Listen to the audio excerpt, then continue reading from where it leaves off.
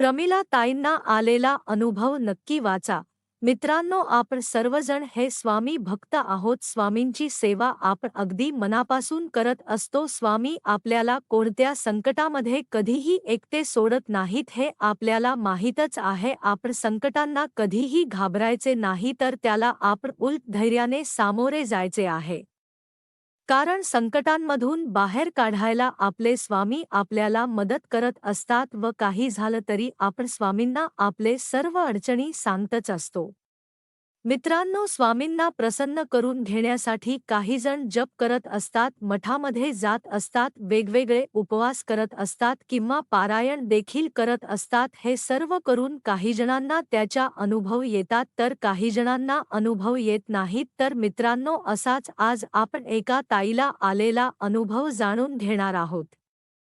मित्रांनो, मी आज तुमच्या सोबत त्या ताईंचा अनुभव शेअर करणार आहे. त्या ताई दादरमधून आहेत आणि त्या ताईंचे नाव आहे प्रमिला आकरी. मित्रांनो, या ताई आहेत त्या लग्नापासून स्वामींची सेवा करतात. इतर लोक स्वामी सेवा करायला जाताना बघून मी देखील स्वामींची सेवा करायला जात होते. मला स्वामींची कधी गोडी लागली हे समजलं नाही. स्वामींची आवड मनामध्ये निर्माण होऊ लागले आणि मी स्वामींची सेवा करू लागले.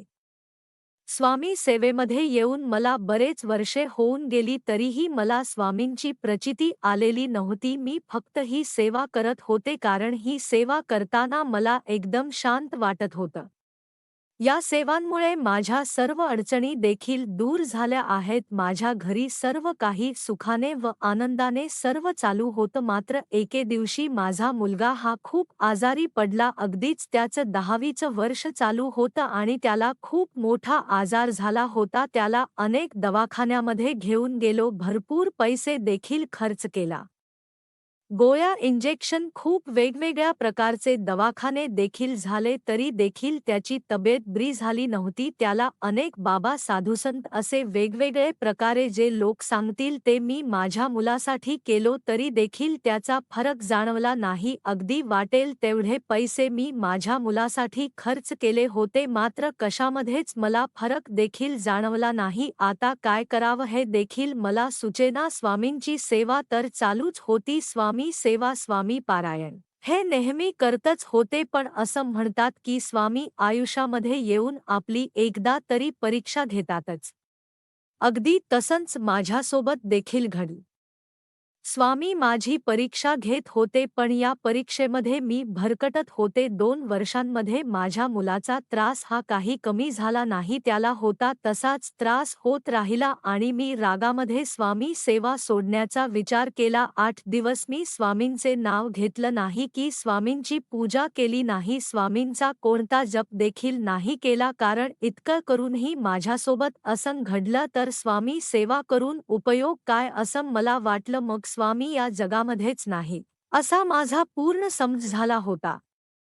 त्या दिवशी मी स्वामी सोबत खूप भांडले देखील, कारण स्वामी तुम्ही म्हणत असता की मी तुमच्या संकटामध्ये तुमच्या सोबत असतो आणि त्याचबरोबर भिवू नकोस, मी तुझ्या पाठीशी आहे. हे वाक्य तुमचे तुम्ही फक्त म्हणता, पण जर तुम्ही पाठीशी असतात तर आज हे सर्व घडलं नसतं. असे बोलून मी स्वामींची भांडतच राहिले.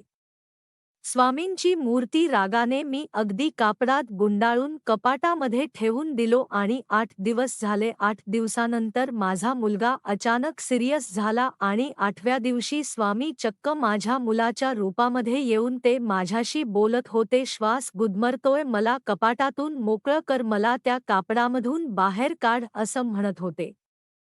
मुलगा असं का म्हणतोय मला समजत नव्हतं. अगदी सुरुवातीलाच मी घरांमध्ये सर्वांना सांगितलं, पण घरामध्ये देखील कोणाला काही समजत नव्हतं. पण नंतर मला आठवलं की स्वामींना मी कपाटामध्ये ठेवलेलं होतं आणि तेच स्वामी माझ्या मुलाच्या रूपामध्ये बोलत आहेत. स्वामींना मी कपाटामध्ये ठेवलं होतं, पण इथे श्वास माझ्या मुलग्याचा गुदमरत होता आणि मी लगेचच स्वामींना कपाटातून काढले व त्याच्यातून मुक्त केलं आणि पुन्हा एकदा देव्हाऱ्यामध्ये स्वामींची मूर्ती ठेवली. आणि त्याच दिवशी आमच्या घरामध्ये मला खूप वाईट अशा गोष्टी सापडल्या आणि अनेक करणी बाधा केलेली यासारख्या गोष्टी घरातून मला सापडत होत्या.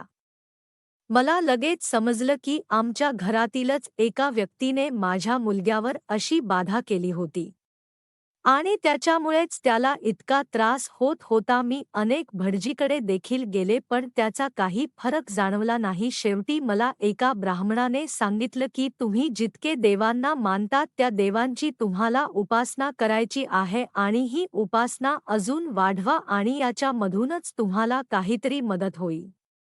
स्वामी समर्थ माझ्या डोळ्याच्या अचानक समोर आले. मी रात्रंदिवस सेवा पुन्हा करायला चालू केले. अगदी 1 महिना पूर्ण श्वासांसारखा मी स्वामींचा नाम जप करायला सुरू केले. नुसता माझ्या तोंडामधून श्री स्वामी समर्थ हे वाक्य यायला सुरू झाले. मी जप चालू केला, मी पारायण चालू केले. मी पूर्ण महिना जिथे काही करेल तिथे फक्त मी स्वामी स्वामीच करत होते आणि स्वामी सारामृत पारायण देखील केले.